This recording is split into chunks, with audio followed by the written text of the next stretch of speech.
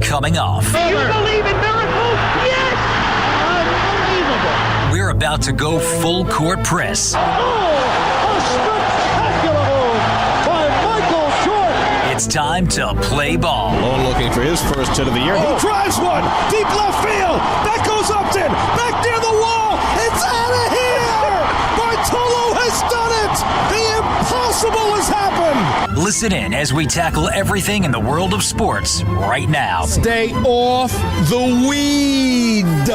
Throw your hat in the ring at 516-572-7440. This is WHPC Sports Talk on the voice of Nassau Community College, 90.3 WHPC.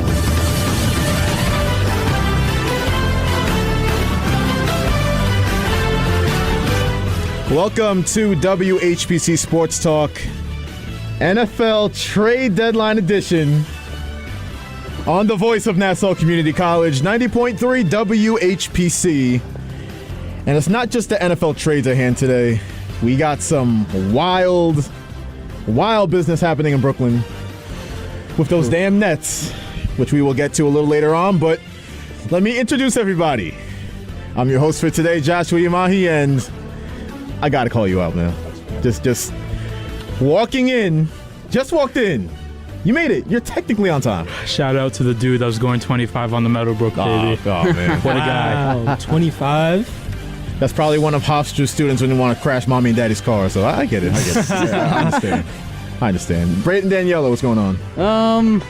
The Rangers are doing good again, so that's All pretty right. good. And the Jets, well, I don't want to talk about the Jets. I'm disappointed. Yeah, we will get to them in a little bit, trust me. Yeah. And Erik, you're Cowboys as well. Eric Williams, how you doing? I could be better, but I ain't too bad. Ain't too bad? Yeah, nah. Went to Barclays Center last night. Yeah, it was a good game. Yeah, It Nets. was a good game. Nets came back and won, and then today they fired Steve Nash. And wait until y'all find out who they hired, y'all. We got a loaded show for you today, but we got to start with the NFL trade deadline. A lot of trades going down, but listen, it's 4 o'clock right now. That's the deadline. I covered all my bases. I got Ian Rappaport's tweet notifications on. I got Adam Schefter. But it doesn't look like the Jets and the Giants, who are having very surprisingly good years. No deals as of yet. Jerry Jeudy was linked to the Giants as well as Brandon Cooks. The Jets, Braden, I said yesterday, they have a damn good team already. It's just Zach Wilson. It's really just him. It's on him to play better, and then you'll have a better team. Yeah, and we saw that Sunday, which I don't even want to talk about the game because I think every Jets fan, you're disappointed. And it's kind of karma because all Jets fans all week were talking about, let's absolutely beat the Patriots to a bloody pulp and just try and run up the score. And everyone kind of just got lost in that and forgot about the fact you actually have to win the game, especially with how important it is playing Buffalo this week. So I don't know. The Patriots, it's almost fitting. I'm going to make a correlation because Halloween was just yesterday. If the Jets are Jamie Lee Curtis, then the Patriots are Michael Myers. They're the boogeymen. They can never get away from them. No matter what you try to do, you can't kill them.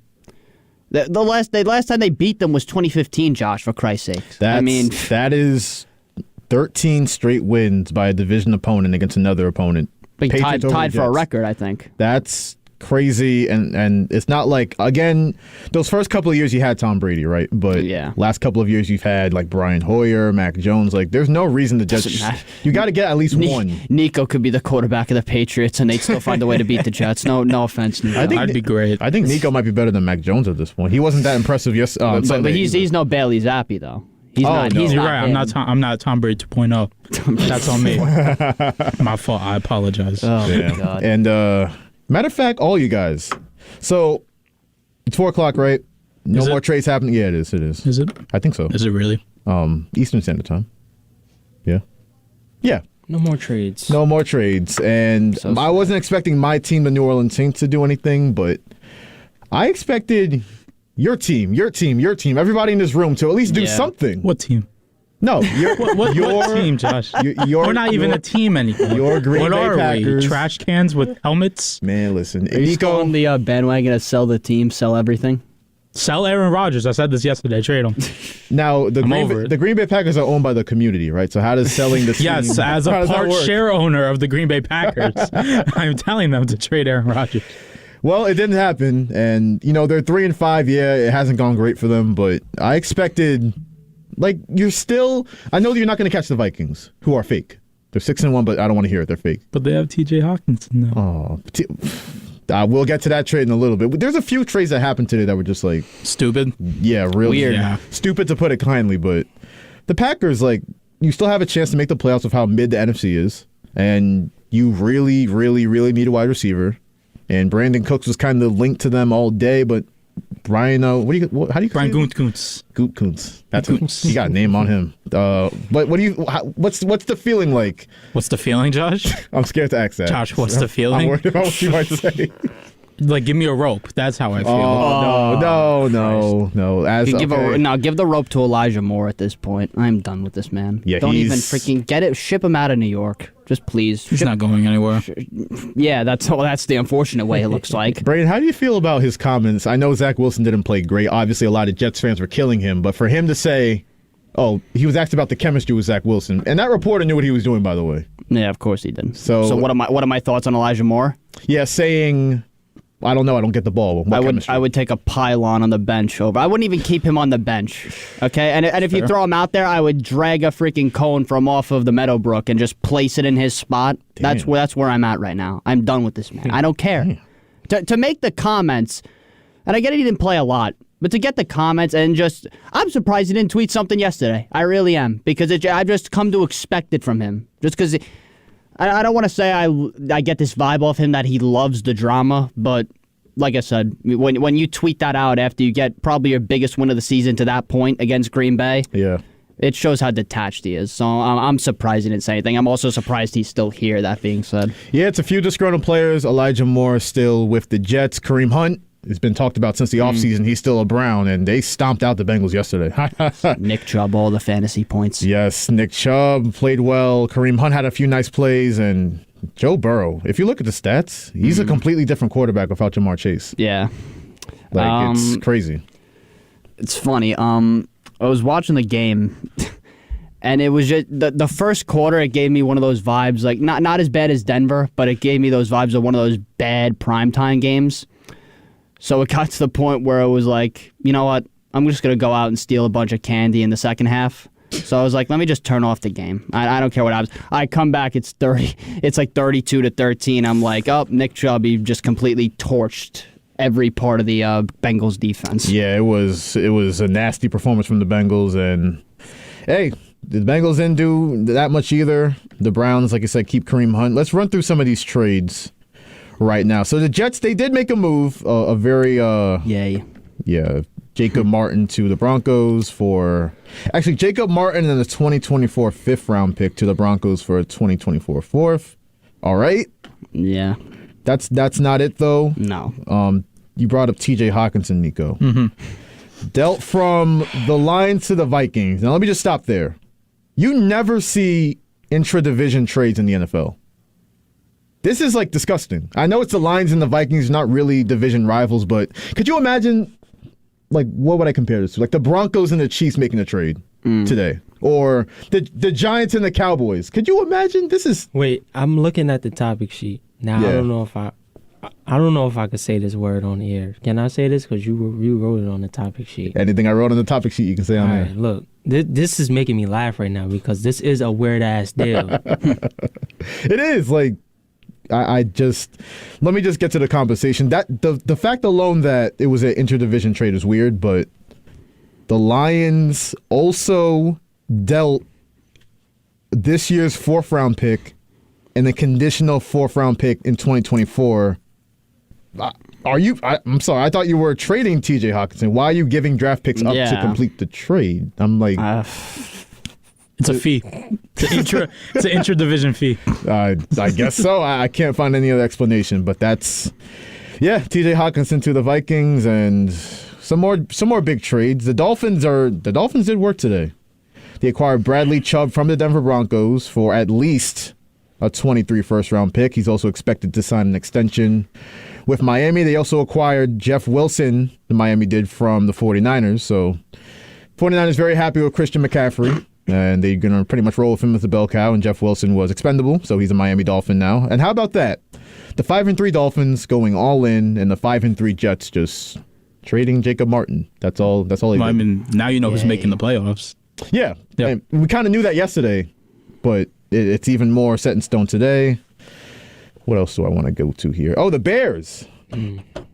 How do we feel about this trade? I think this is going to spark a little nice debate from us. I don't think it makes sense. It's a stupid trade. You think so? Look, It's the wrong timing for it and not the right player. I know they want targets for Fields, but it's like you said, this is the wrong time to make the move and to give up a second. Yeah. It's a weird move. For this time now, if the Bears were in a completely different scenario, say they were, what are they, 3-5 right now? So they're 5-3. Then maybe, but still, it's a weird move. Chase Claypool? Second rounder? For a second rounder. Yeah, That doesn't make sense at all. Doesn't make sense You at can all. literally get a Chase Claypool Cole in the second round. That's true. But again, I think the Bears' feeling is that Justin Fields is playing better. So they kind of want to get a receiver in the building now and continue that momentum into the offseason. But I see Nico's face. He's not really That's buying just it. Chase Claypool? I mean, hey. Mr. TikTok from Pittsburgh? What are we... Come on. Pittsburgh I had a thought that few. was Juju. Yeah, they had a Juju and Juju. Chase. The TikTok era is over. I mean, if you think about, I'm going to try to defend the Bears here, which Why? is, it's crazy for me to say that. I've ripped them all season long, but they got a second round pick back for Roquan Smith yesterday. So if you consider that, technically, I don't know if it makes it sound better, but they pretty much dealt Roquan Smith for Chase Claypool and the 5th round pick. That's pretty much what they did the last 2 days. So some people just shouldn't be in a position of power for franchises. Didn't sweeten the deal for you? No. Are you? No, I didn't expect them to. But yeah. The Bears. Listen, they show that they're going to help out Justin Fields this year. They're not going to wait until next year. They want to see Chase Claypool with Darnell Mooney and Cole Kmet did something for once last week. So we're going to see where it goes with that. And the Jaguars. This is a funny trade, man. No, but this is a funny ass trade right here. This is also a good trade for next year. It is. It's a very good future move. But Calvin, if you would have asked me, do you think Calvin Ridley is getting dealt today? The suspended FanDuel parlay, Calvin Ridley himself. I would no. But I didn't even know you could get traded while being suspended. That was news to me by itself. But yeah, he's a Jacksonville Jaguar, and you know what's funny? I saw a tweet. So My Sports Update tweeted this. Calvin Ridley was suspended because he bet the Falcons to beat the Jaguars last season, and now he's on the Jaguars. Just funny how that worked out. So, and it'll be a nice weapon for Trevor Lawrence next year. That team's going to be good, Josh. Yeah, and they should be good, like you said yesterday already, but they've lost a lot of tough games. What was it? They lost every game? Every game that they've lost has been by one score. Damn. Dang. Yeah, I think it's mostly important for the Jaguars to go into the offseason and try and get protection for Trevor Lawrence, because that offense around him is already set. You got Calvin Ridley now, Christian Kirk, Travis Etienne. Just get the man some protection. And Travis Etienne he's a great player. He's going to be a great player. So there's that. There's also the Steelers for some reason. They're out of it pretty much, but they acquired William Jackson from the Commanders, who I thought they were just going to cut. But hey, the Commanders, good for them. They got back draft compensation. I think that's about it for today. It got a little crazy there, but if you look at it in totality, it wasn't really Nyheim Hines. Nyheim Hines, that just broke when we went on. So he's a Buffalo Bill now. They needed running back help, and he's dynamic. Because they were linked to Alvin Kamara, but that was never really going to happen. Nyheim Hines is kind of like a similar skill set. And he can do in the return game. He can catch passes out of the backfield. He can run up the middle if need be. So there's the trade deadline for you. But from a local's perspective, actually, I'll go to you first, Erik, because you were kind of begging for a trade for your Cowboys all day long. And I don't know what Jerry Jones might have been busy with something. I don't know exactly what, but listen, whatever he was busy with, it wasn't more important than getting another piece for this team. All right, you want to say your team is 6-2, you're contenders. Okay, you can say that. This is a weak NFC this year, but teams were getting better. during the trade line. Philly got better. Yeah. You see the Vikings got better. Why are we sitting here again another year where you're doing this to us? First of all, you said you were going to make a big splash. You said you were willing to give up draft compensation. Yeah, why say that if he's just not going to do it? He says why this every year. I don't know why I expected him to do something different this year. That's the only year he actually did something that I didn't even expect it at all. Amari Cooper. I was in school and I got that alert and I was like, I screamed at the top of my lungs. I can't lie to you. That was 2017, 2018, 2019. 18-19 season. 2018. Yeah, yeah, Jerry Jones, and you expect, because I talk about how weak the NFC is all the time. The Cowboys, I think the Cowboys and Eagles, when like fully healthy, they're neck and neck. I know the Eagles are undefeated, but the Cowboys, you have a healthy Dak Prescott. You have weapons. You have Tony Pollard and Ezekiel Elliott, we saw what Tony Pollard did this past week. You have that tandem, and you have not just stars on defense, you have two superstars on defense. Like, that's similar to where they were in the dynasty years. You have Trayvon Diggs and you have Micah Parsons, and you have good pieces around them, but the issue with the Cowboys is that they haven't been able to stop the run. Now, the one trade they did make was Jonathan Hankins, who should be like a contributor. Is it depth piece? Yeah, he's a contributor, but how much can you help? It's just one guy. Yeah, and you talk about Anthony Brown, who got dinged up this past week. But I don't think outside corner was enough of a priority, but you needed to do something, I feel like. A lot of teams, I feel like the Buccaneers, too, I know they're 3-5. I know the Saints are 3-5, but if you're the Buccaneers, you have Tom Brady, you're fully in win now mode. Like, a lot of these teams that should have been going for it didn't. And I'm curious about, to kind of transition into the next topic, the Jets and Giants. We talked about the Jets didn't really do anything, but the Giants, they're interesting to me because they're 6-2, right? I feel like if you asked the front office right now, or do you expect us to be 6-2, they would have said, hell no, they would have laughed at you. But they are, and you just lose a tough game in Seattle. And anybody that watched that game, even if you're not a Giants fan, they're like, yo, Daniel Jones needs a wide receiver bad. Like, and you're linked to Jerry Jeudy. You're linked to Brandon Cooks. You're linked to all these guys, but I feel like the Giants kind of got gun shy. They're like, we're not, I don't know, they're not all in. They're 6-2. They should be all in, but it's like, nah, we're still thinking about the future. We don't know about Daniel Jones yet. They're kind of in the middle, and I don't know how do we feel about them not really making the moves today? Good. Yeah? Happy. Well, of course you are. I don't want them to be good. So Erik feels the same way. Who, the Giants? Yeah. They're not a good team. I mean, this team, okay, you got the 6-2 record, but like I'm going to continue saying, this is not a good team. 6-2 team, not a good team. It's not a good team. Wow. Coaching is great. They're not a good team. They're not the most talented team. I'll agree with that, but it's hard to say they're not a good team at 6-2. But we'll see what the caller has to say about that. Caller, you are on WHPC Sports Talk. Who are you? Where are you calling from?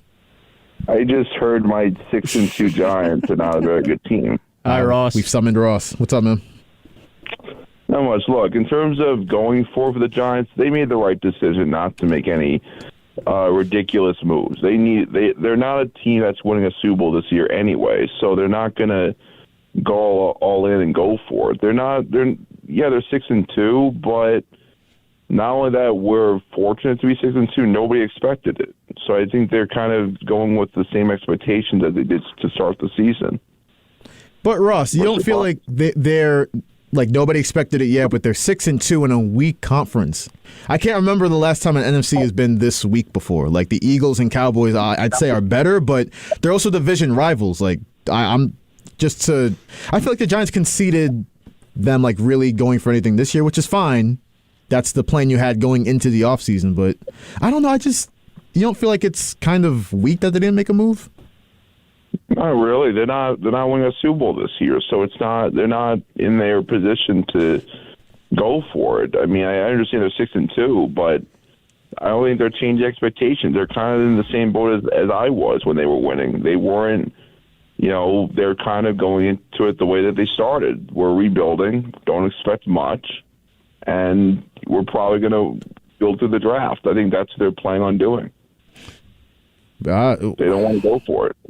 But I don't blame them. I'm not, trust me, if they were like a Super Bowl contender, I'd be a little annoyed, but they're not a Super Bowl contender right now. I mean, I can't, like, I'm not in the go for it mentality yet. I mean, they're not in a position yet to be giving up draft picks for, weapons right now. They're just not at that spot. Now, the only thing I'll say about Daniel Jones in that standpoint, he does need a receiver, but maybe they plan on drafting one.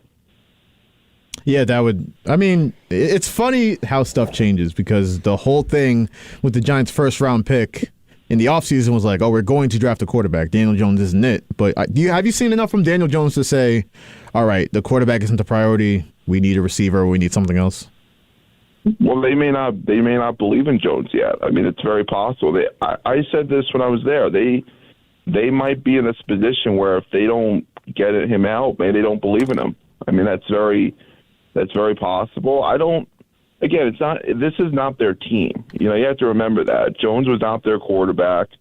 Barkley wasn't their running back. Like, they didn't pick this team. So I think it's kind of almost a sign of let's see what we have and go forward with it. You got to remember, too, the Giants don't have a lot of cap space. So they're not going to go all out and make these silly moves when you could just sign a lot of these guys in the offseason if you can cut some players. You have to think they're going to cut Galladay, so that's part of it. And, they're kind of seeing what they have. I don't think it's like a bad look for the locker room. I just think they're not in a win-now mode. I don't blame Joe Shane and Dable for not making a move. They probably saw the market, and they're like, you know what? Screw it. Let's see what we got. They're not going for it. That's fair enough, I guess. I feel like the Giants fan base would be split on that, but yeah, I don't think you can go either way with the decision that they made today. Just plan for the future or go for it this year. One more question before I get you out of here, Ross. Yeah. How do you feel about the Jets? What they did or didn't do today? Are you kind of in the same boat with them? They didn't really need to do anything to go for it. The Jets, I think they were in a position where they could have looked to add a little bit more because they do have they have a lot of talent on that team. What's the problem is their quarterback. Their quarterback's holding them back. It's unfortunate. And look, I don't know if I'm sold on the coach, but I think the Jets could have done a little bit more, but again, they're in the same spot like the Giants, I guess, in the sense that maybe they don't want to go for it yet. I mean, it's very possible. They're still kind of in transition a little bit. I mean, if you really think about it, they're not in a position where it's a very tough conference. They don't feel like they can compete with the teams like Kansas City, Buffalo, and maybe that loss to New England was kind of that sign. That's a great point. And thank you for the call, Ross. I'll see you tomorrow, right? Oh, well. Didn't even get yours. Ross is cold. That's crazy. So, yeah, I think he made a great point, though. The Giants and Jets, it's funny that they're in such a similar boat because, yeah, you're both young teams on the rise. And, yeah, y'all both have winning records, 5-2, 6-1, or 6-2, sorry. But, yeah, just I don't really agree, but I can admire the mentality to be like, just because we're 1 year ahead of schedule doesn't mean like go away from the plan. Like this is still about building this roster out and not giving up many assets. So yeah, I can agree with that. The Giants and Jets, I think they're still in good position to do something this year. But we do have another caller. It's a 5-digit number. I don't know if I should. Caller, you're on. What you want to talk about? Hey, this is Rob from Melville. How you guys doing? What's up, Rob? Yeah, I'm doing good. Just wanted to agree with Ross about the Giants' approach to the trading deadline. Agreed. They're not a Super Bowl team at this point. Obviously, neither are the Jets. I want to see them continue to build through the draft. So agree with them there. And just to call out to Ross that two of his players on his fantasy team were traded today. So hopefully that'll help him. And that's about all I had to say. All right, Rob. Thank you for the call. Be well. The 5-digit phone number kind of threw me off, but it was a great call. It was a good call. If you want to join the conversation as well, 516-572-7440. We were talking about the NFL trade deadline, but I think there's some news out of the Barclays Center that needs some attention. Oh, yeah. The Brooklyn Nets, like you said, Erik, you were at the game last night. Uh-huh. Got a big win. They almost blew it, but it was a big win against the Pacers, a young, scrappy Pacers team. Yeah. You have a back-to-back. You're hosting the Bulls tonight. They're 3-4. They're not really that good, so you'll see what you can do. All of a sudden, boom, Woj bomb. Steve Nash fired. And then, he said, first off, he tweeted the Nets fired Steve Nash, but then the decision was mutual. So the Nets were like, Nash, you're fired. He's like, I agree. I agree. You're right. Well, he's going to go play for them now. That's the big move. That's his next career. Yeah. That's his career arc, Nico. Mm-hmm. I listen. The Nets, they're 2-5. They could use all the help they can get, but Jacques Vaughn, who in my opinion should have been hired as head coach in the first place, when KD and Kyrie joined, then Kyrie famously said, "Oh, we don't need a coach. We're good. We got this." Nah. Well, he's the interim coach now, and then I thought it was going to be for the rest of the year, right? But then, another Woj bomb, and this one hit different. This was crazy. This was Ime Udoka, who we've forgotten about, was kind of not in the news cycle since the season started, but we all know what happened. He got suspended for, Doing nothing? Yeah. Having juice in the building, you know what I mean? For having fun. What's the deal with that? For having his fun. Riz. He had Riz. Riz God. Riz God Ime Udoka is not unemployed anymore. He was never really unemployed because the Celtics just gave him a team suspension, but first Woj tweeted that Ime Udoka emerged as the next likely Nets head coach. And then, all of a sudden, it's going to be finalized within the next 24 to 48 hours. This was I just got two-pieced by this news. I'm I don't know where to go with it. But Ime Udoka's the Nets head coach all of a sudden. Listen, that happened so quickly, but yeah, that's where we are. I'm reading the tweet right now. It says Steve Nash ain't even cleaned out his desk yet. And they already put Ime Udoka's nameplate on the front door. That's crazy. I think pretty much this is a good move for them. I mean, he was a finals-bound head coach last season, and but it's risky, but it's not risky for the players. It's risky for the wives in the front office. That's exactly what it's risky for. Hide your wives. So true. Hide your wives. Whoever ratted them out in the Celtics, what do he need, Nico? All the people in New York. First, Zach Wilson with moms. Now Ime Udoka with wives. Yeah. What's next? Is there any other options? I'm still laughing at whoever Ime Udoka was messing with his wife on the Celtics. Who probably walked in the... He probably walked in the Celtics office You're signaling Nico with what you're trying to put together right now. He needed sanctions. That's why Ime Udoka's not the Celtics coach anymore. He needed sanctions. That's what he said. So Ime Udoka out in Boston, and now he's a Nets head coach. And to your point, Erik, I think it's funny because it's going to bring a lot of stability on the court. Because I think, listen, Kevin Durant and Kyrie Irving, they can say whatever they want. They didn't respect Steve Nash. No, they Listen, didn't. Steve Nash is a very nice guy. And like I said, I'm happy Steve Nash stayed true to who he was. He didn't change his personality based on public pressure or who was in the building, who wasn't in the building. I can respect that, and some people I know. But listen, the Kevin Durant, Kyrie Irving didn't respect Steve Nash, right? So he's out. They're going to respect Ime Udoka. He commands respect. We saw it with the Celtics. He does. They rallied behind him, made the finals in his first year. What a guy. You never see that in the NBA. Made the finals in his first year. So they're going to respect him. That's going to be fine on the court. And he's a smarter, I can't say smarter basketball mind because Steve Nash is such a great point guard, but right. He's a great coach. You don't make the finals in your first year coaching and not be a great coach. But how do we feel about the off-the-court stuff? because off the court, I don't think it matters with the Nets anymore. They have so many off the court issues already with the Ben Simmons and Kyrie Irving. Yeah, it's just like that doesn't even matter. And I feel like that's why they went and got Ime Udoka in the first place. But in the locker room, this is gonna work out. He's gonna listen. That locker room is finally gonna have some type of structure, because listen. Who was the leader in that locker room? They didn't have any leader. Who was calling the plays in that locker room? I think it might have been. It's funny as it sounds. It might have been Kyrie Irving. He gives me like the most like leadership type personality in that locker room, and that's funny because we know Kyrie Irving for what he is, but like Sean Marks isn't a leader. No, I don't think so. No. Their owner is just kind of sits on the wayside until he wants to subtweet Kyrie about subjects I won't get into, but.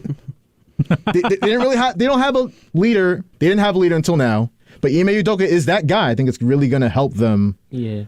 This season, and I don't know. I think the defense gets much better as well. Oh yeah. Ben Simmons. We're going to see what he can do defensively with this coach now. Yeah, I can only imagine because Ime Udoka. I know him. Like his personality as a coach. I followed the Celtics really closely the second half of the year. I want to see those sideline talks with Ben Simmons. I want to be a fly on the wall for that because some of the stuff he was saying to the Celtics in the finals, like, "Oh, you really gonna go out like punks? Like you're gonna let this team do it to us? Like that's how we talk to the players." So, if Ben Simmons doesn't get a fire lit under him with this news, he just got to pack it up, man. He's done. But I don't know. 516-572-7440. If you have any thoughts about the Nets in like an hour's time, firing Steve Nash and hiring the Celtics suspended head coach Ime Udoka, please call in and join the conversation. Let's kind of talk about the Nets on the court, though. They, like I said, they went at Barclays last night. Without Ben Simmons, they looked better without Ben Simmons. Yeah. The offense flowed better. And look at Kevin Durant and Kyrie Irving stats. So for all the stuff that, Kevin Durant's trade request in the offseason, Kyrie got a lot to deal with. Even for him, he's dealing with a lot right now. And gets, like I said, subtweeted by his owner. He's getting protests on the sideline and all this stuff. It's not looking good for him. And the Ben Simmons stuff. But all the drama. But these guys, Kevin Durant and Kyrie Irving, are hooping. Kevin Durant, 33 points per game on 52% shooting. Kyrie Irving, 35 and 5 on 47% shooting. Like, I say all that. They're playing peak basketball. So with this Ime Udoka move, I guess I'll go around the room and ask, like, is this... The Nets are 2-5, and it's been a mess so far, but is this season salvageable? Because a lot of people were saying they could see this team in the Eastern Conference Finals. I see, yeah. Especially, I mean, you're getting a real head coach now. So it's a chance they can go far, especially with the superstars they have. But at the end of the day, this is Kyrie. You really can't rely on him. This is Ben Simmons. You can't rely on him either. KD is probably the only one you could really rely on. That's not saying much. Yeah. It's really. But as far as that goes, I mean, this is a good team on paper. Patty Mills, you got Joe Harris there. Seth Curry is there. He didn't play yet, right? He's still dealing with an injury, Yeah. He played one game and then sat out again. So... they have a nice roster. I can see them going far now, especially with the new head coach. I agree. I just respect Udoka as a coach enough. Off the court stuff is off the court stuff. He has fun, like we said. Like, come on now. But it's definitely a better coach in the building now. So we'll see what happens. They have too much talent to be 2-5. They have too much talent to be whatever they are in the East. They have way too much talent to be a play-in team. I think it's going to get a lot of like jokes because of the Udoka stuff combined with all the Nets drama, but this is a really good move for Brooklyn. It's just what it is, and we'll see how it goes against the Bulls on the second night of a back-to-back tonight. Before we move on to the World Series Game 3, was postponed last night. We'll kind of break down the series as we see it now. It's time for my Knicks. I'm not going to call it a rant, but so last time we talked about this team, I think it was on Thursday. I'm sky high. Like I think they were 4-1 at the time, 3-1, but 3-1, and I'm like, they've looked really good. Jalen Brunson's kind of solidified himself as a leader on and off the court. But let's see how they do with this tougher schedule coming up. And they had 8 tough games ahead, but they start in Milwaukee, and on Sunday they played in Cleveland. I know it's Milwaukee, and I know it's Cleveland too. Teams that are supposed to be really good this year, but it was really sobering losses. 2 sobering losses, because the Knicks this year, they're going to be mid. Mm-hmm. I've come to that conclusion. Like, they're going to be good enough to beat the bad teams in the league, like the Pistons and the Magic, and the Hornets. But when you run up into the Bucks and Giannis, you have nobody for Giannis. Nobody in this league does, but it would help if you had at least a star to kind of combat what he's doing to you. And then I had to watch Donovan. Let me lower my volume real quick. Oh, boy. I had to watch, because they were linked to Donovan Mitchell all offseason. Now, you lose out on him. I don't know if Danny Ainge in Utah was ever going to... Utah. What a place. I don't know if they're ever going to... I don't know if they were ever going to deal Donovan Mitchell to the Knicks. I think he dealt him to the Cavs just to be petty. But the Knicks did have a chance. R.J. Barrett, a couple first-round picks, maybe Emmanuel Quickly. It looks like it might have gotten it done. And instead, I watched Donovan Mitchell, 38 points, 13 assists? Talk about a guy that has a chip on his shoulder. Like, oh, really? I see this guy, R.J. Barrett, in front of me. Oh, that's cute. I'm going to torch him. That's what he did. Because Donovan Mitchell is a superstar. He's a superstar. We could have had that in the Garden, but instead we have a guy that we might hope is a superstar one day in R.J. Barrett. Emmanuel Quickly, nice little player off the bench. We have like 11 first-round picks for some reason that nobody wants. I'm just... It was too sobering for me. It was that early in the season. I was really hyped up after the home wins, but those back-to-back games against superstars and great teams. No, I know what the Knicks are going to be this season. I've seen all I needed to see. Mid. They're going to be like 10th seed in the East, maybe, if they play well. Because I can go off on the list here. This is not only that. This is just a tough East. Because I see them on the same level as a team like the Pistons. Pistons are young. They're scrappy. I see them on the same level as them. So yeah, you said 10th seed. That's right about where I got them. It's crazy. I had 6 seed dreams. They got me again. Bro, I came in when they were 3-1. I'm like, all right. But let's see how they do against the great teams. And if they lose, fine. But if they put up a fight, I won't care. That second half versus Cleveland, no fight. You're giving up three-pointer after three-pointer after three-pointer. Kevin Love looks like prime Kevin Love again. Turn the clock back. I talked about what Donovan Mitchell did. This is a team that didn't even have Darius Garland in that game. Dean Wade Wade was looking like Dwayne Wade out there. I don't know. I took off my glasses. I was like, that's Dwayne Wade. I think that's Dwayne Wade, because he was killing us. They play the Hawks tomorrow night. I think it's on primetime. Trae Young, who had a triple-double. StatMuse tweeted out triple-double. 14 points, 10 assists, 10 turnovers. And that perfect time, because he's just going to come into the Garden, fans are going to boo him. Boo, Trae Young, you suck. He's going to drop like 40 points, 15 assists. I know how this goes, and I'm going to come in here on Thursday, the Thursday show that I love so much. Yeah. I'm going to be yelling. I'm going to be yelling, screaming. I'm going to be throwing stuff. I'm going to be sick when Trae Young puts on a masterclass at the Garden, which he always does. So, I don't know if you guys got any thoughts, but they got me again. They'll be fine, Josh. Really? We're only 6 games in. No. See, this is Josh, we're 6 games in. Let them gel a little bit. Come back in a month, then we can retalk that. I know what you're trying to do, because this is what I try to do with you in the Packers. Like, oh, Nico, it's but there's less games in the NFL. That's true. But, like, over the long haul of the season, like, you beat the great teams, look really, really good against them. Oh, beat the bad teams, I'm sorry, and then lose to the great teams. That's what it's going to be all year long, because you ran it back. Minus Jalen Brunson, you ran the same thing back. Julius Randle, you ran it back. Tom Thibodeau, talk about a team that needs to fire the coach. Oh, they should have fired him. Come on, like...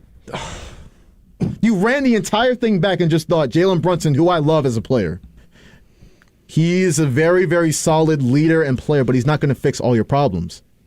Everything I just watched the last 2 games were all their problems the entirety of last year.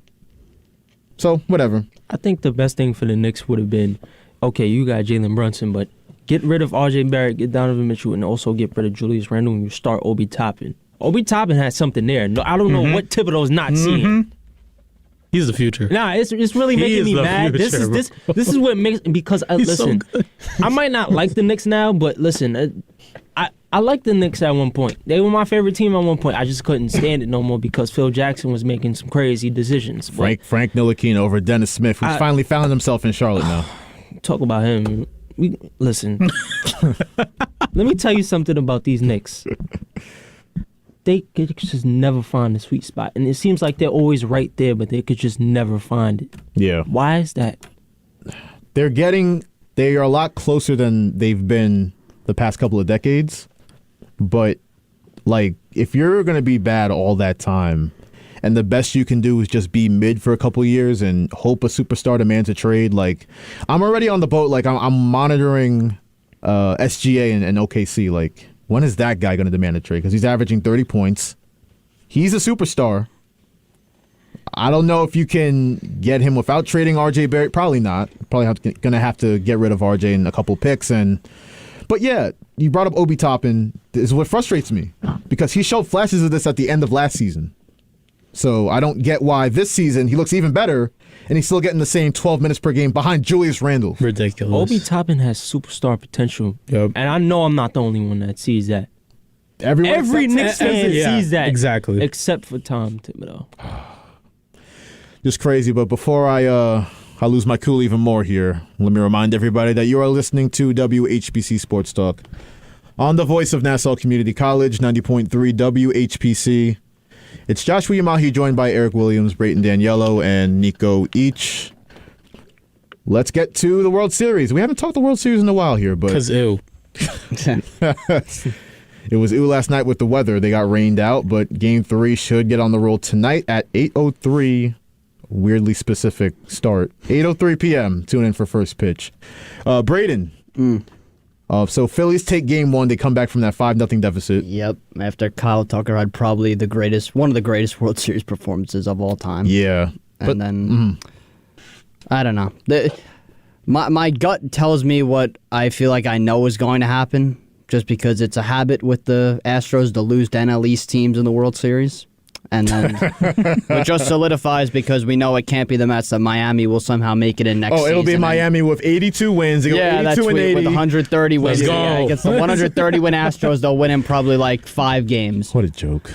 But one thing I will say about this, it shows Houston's fight, because after blowing that 5-0 lead in Game 1, I feel like probably any other team out of the American League wouldn't come back from that. But they came back and they just did better, and they were able to hold the lead the next night. So, listen, it could be a completely different series, but also that being said, we have no idea where this is going to go, regardless of whether it was 2-0 or 1-1. And the reason I say that is because the Phillies won 87 games in the regular season. Yeah. Snuck it as in the 6th seed, and then proceeded to just demolish everyone that came in their path for some reason. That exact point, Braden, I was thinking about, like, who am I going to pick for this World Series? And obviously I'm going to lean towards Houston. I was going to say, like, Houston is definitely got this one. We all want Houston. We all want Houston. Sorry, Yankee fans and people that hate cheating in baseball. But, yeah. No more excuses of cheating. I don't want to hear cheating anymore, okay? They got their asses kicked fair and square this time. Don't tell me 2017 Yankees fans. I don't care. I don't care about 2017. I don't care about the buzzers in 2019. Okay, you got owned. If you still want to bitch about cheating, do it. But don't matter. The writing is on the wall. Houston owns you. I'm sorry. Nico, you got any words for the Yankee fans that still want to cheating? They cheated in 2017. You got any? Well, fuel to the fire. Not towards that, but I'll say the Mets have been to a World Series a lot sooner than the Yankees. So yeah. And sucks to suck, Josh. If you're gonna ask me, a little bit of a hot take here, but I think the Mets got a better chance to get back there than the Yankees. Oh, definitely. The Yankees won't win a championship for like the next 20 years, guaranteed. Aaron Judge unfollowed Yankees on social media, so it doesn't look good. It doesn't look good. Listen, Steve Cohen saying all the things, Josh, that we were asking about how as September ended. Where would the Yankees be without Aaron Judge? We might be about to find out, and I don't think it's good at all. It's not going to be pretty. I don't think it's good at all. It's not going to be pretty. And Nico is salivating. Let's go, baby. The Judge to Queens. Let's go. I don't know about to Queens, maybe San Fran. Nico right now is praying all those nights of sitting on his bed, like meditating style, praying for the Yankees' downfall. It's finally be coming together. True. My life.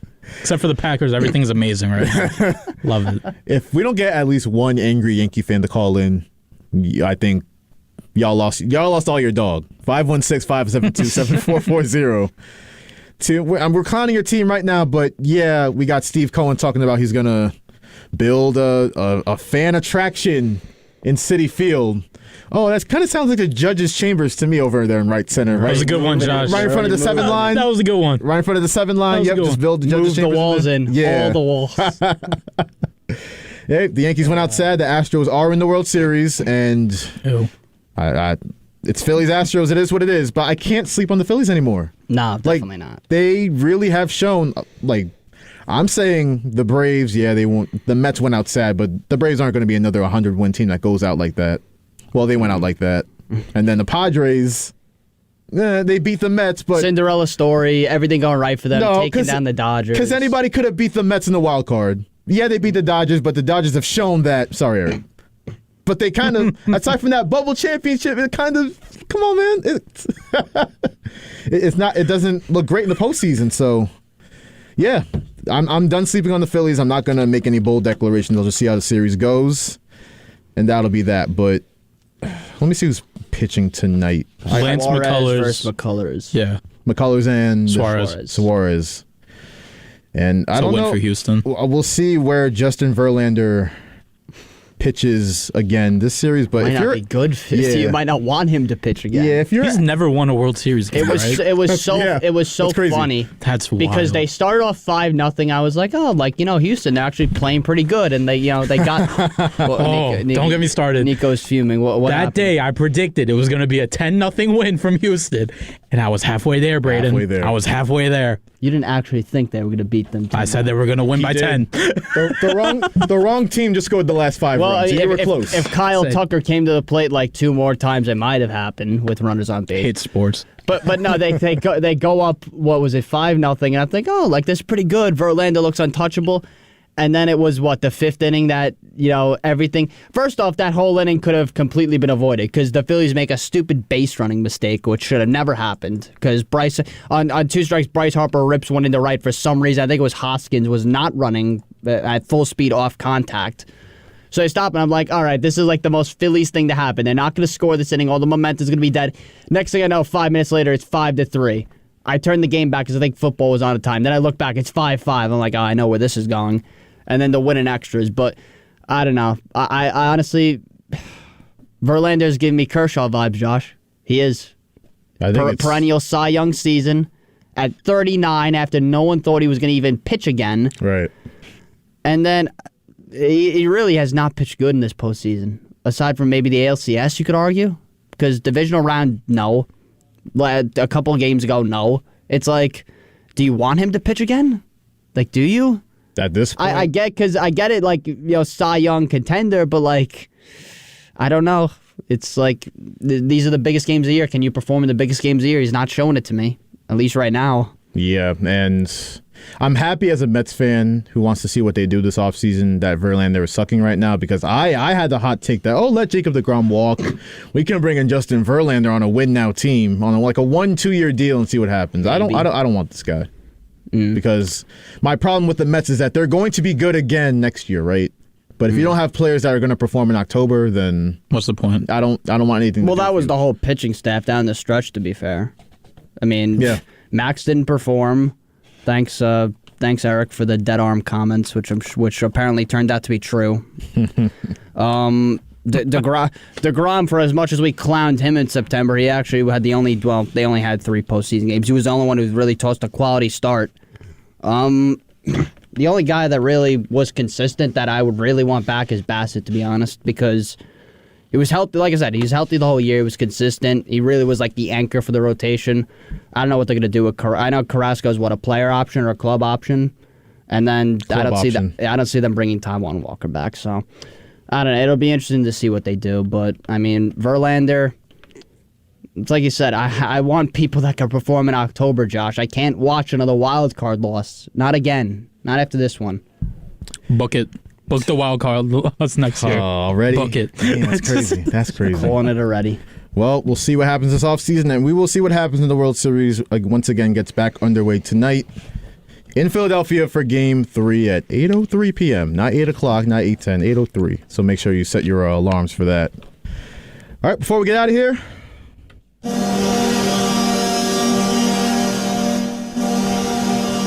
so last week when we were talking in here about the Rangers, they lost to the Islanders. I was like, how are you feeling about the next couple of games? Well, you won a couple in a row on the road. Yep. How you feeling? We won in a college arena, Josh. That's so embarrassing. I need to. I want to go there so badly, Braden. Tone down the music. Tone down the music. No, I'm serious. Because I have to. Very rarely will I clown a franchise, but I'm going to do it here. Gary Bettman, can you explain to me? Because I listen. First off, Arizona is not a hockey market. Okay, we know they have the Suns, the Diamondbacks, meh, but they'll get people to go to games. When your franchise, and I can't, Josh, I'm gonna lose it. Lower the mic volume. Lower that, and lower my mic volume down more. Okay. Oh, jeez. Oh, no. When you have to struggle, because he's so eager to make, like, am I wrong, Nico? He's so anxious to keep this franchise. Move it to a city and anywhere. Move it north of the border where they actually want an NHL franchise. Listen, and don't give me this. Don't tell me, oh, but they sold that. No, it was 75% Ranger fans. I guarantee it. But they sold tickets, Braden. It's a 5,000 seat arena, Nico. Do you have any idea how desperate you have to be? Literally, this is the city saying, we don't want you. They moved them to Can you name me any other franchise in professional sports, Josh, that doesn't have an actual arena to play in? That literally the league has to go to a college and says, we're going to move you there. Can you name any? That is how low this franchise has sunk. And listen, I see the talent maybe, but I don't see it here. Like, this is embarrassing. This is the wrong way to market the NHL. Like, when you explain to someone why they don't like to watch hockey or why I don't think people don't like to, I point at this franchise. I'm sorry. Like, you could talk about the young town all you want. I'm shocked they're not gone yet. I'm shocked Clayton Keller and Jacob Chychrun are still here. True. I'm surprised Barrett Hayton is still here. True. I will say, who's the kid that has 9 points, or I'm missing his name, first-round pick this past season? Dylan Gunther. Dylan Gunther, thank you. He looks damn good. But other than that, the Arizona Coyotes just...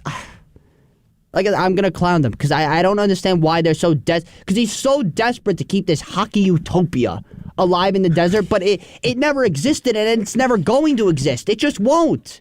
I'm sorry. What is? I need your thoughts on this. Because you're the hockey guy. I'm going to be quite honest with you, Braden. I think it's pretty cool that they play in a college arena.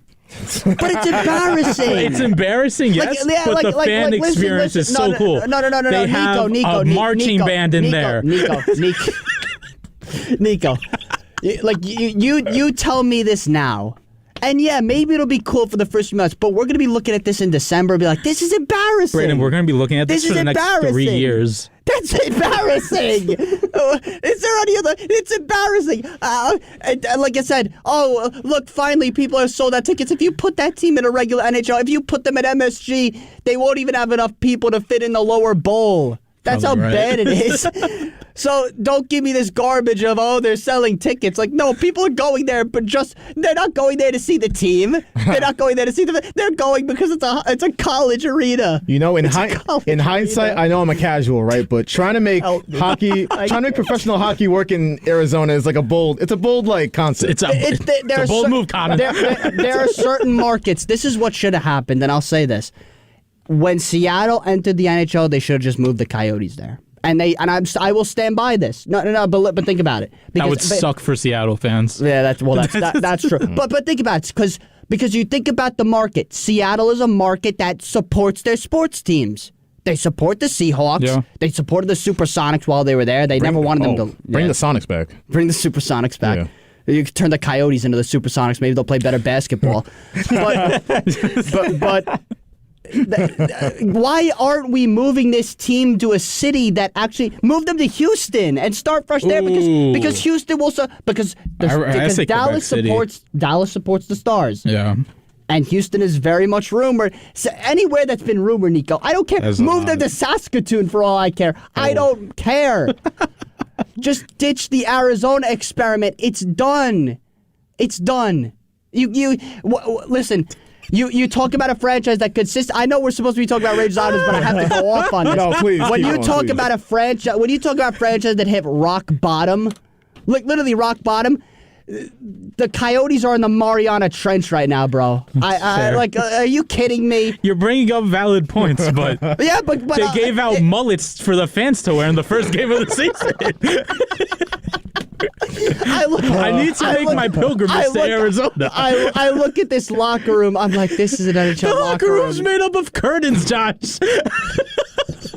This is a joke. This is They're not allowed to embarrassing. use Arizona State University's locker rooms. And you want to know the funniest part about this is if they lost, I would have clowned both the Rangers and the Coyotes at the same time. And they almost lost. Yeah, but They then almost lost. Artemi Panarin decided the birthday boy showed up and he balled out, so that was good to Love see. the bread man. But Oh man. okay, so let me go to the Rangers when I think because I was clowning them last week. They're back. Finally, Gerard Gallant had the IQ and the common sense. Thank you, Gerard, to push Shesterkin on back-to-back nights, and it worked. It worked. What a concept. Sure, Saturday was shaky, and every Ranger fan is calling for Jacob Trouba's head right now, or he was calling for them on Saturday.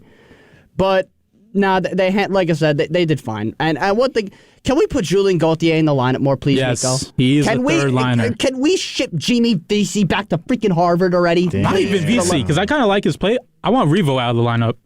No, but Revo offers something. Revo offers hits, but he shouldn't be playing more than 41 games this season. But he has that intimidation factor, like if you touch Panarin, he will kill you. That's the problem. VC offers nothing. True. But VC does offer something. He's a great penalty killer, and he brings forecheck to the bottom six. Yay. Better than Ryan Reeves right now. I'll take anyone else on the penalty kill right now, probably over VC or Reeves. That's a take. I have to disagree with that one. Put Goodrow up there, freaking block everything. Well, Goodrow should already be on the PK. Hey, Gerard Gallant's bottom line, they host the Rangers, they host the Flyers tonight. Go Rangers, do that hockey, baby. That'll do it for today's show. We thank you for listening to the voice of Nassau Community College, 90.3 WHPC. From Erik Williams, Braden Daniello, Nico Each, I am Joshua Umahi. Keep it locked on 90.3 WHPC for German Hit Parade. And WHPC Sports Talk will return as usual tomorrow at 4 p.m. Have a good evening.